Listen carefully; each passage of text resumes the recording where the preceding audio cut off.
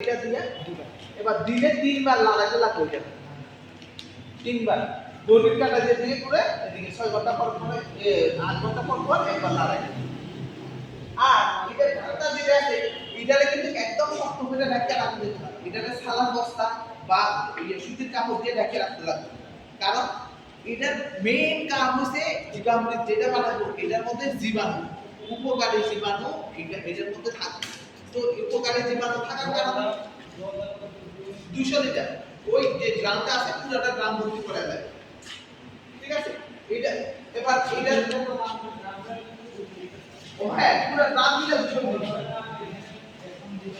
এটাই কইতাছি মানে আমি কইতাছি 200 লিটারের পুরো মিশ্রণটা 200 লিটার দেব।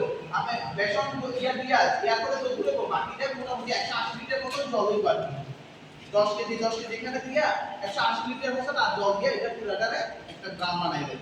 ঠিক আছে? আর এটারে দিনে 3 বার ঘুরাইতে লাগবে। ঠিক আছে? লড়াই দিতে লাগবে যাতে জীবাণুটি একটু অক্সিজেন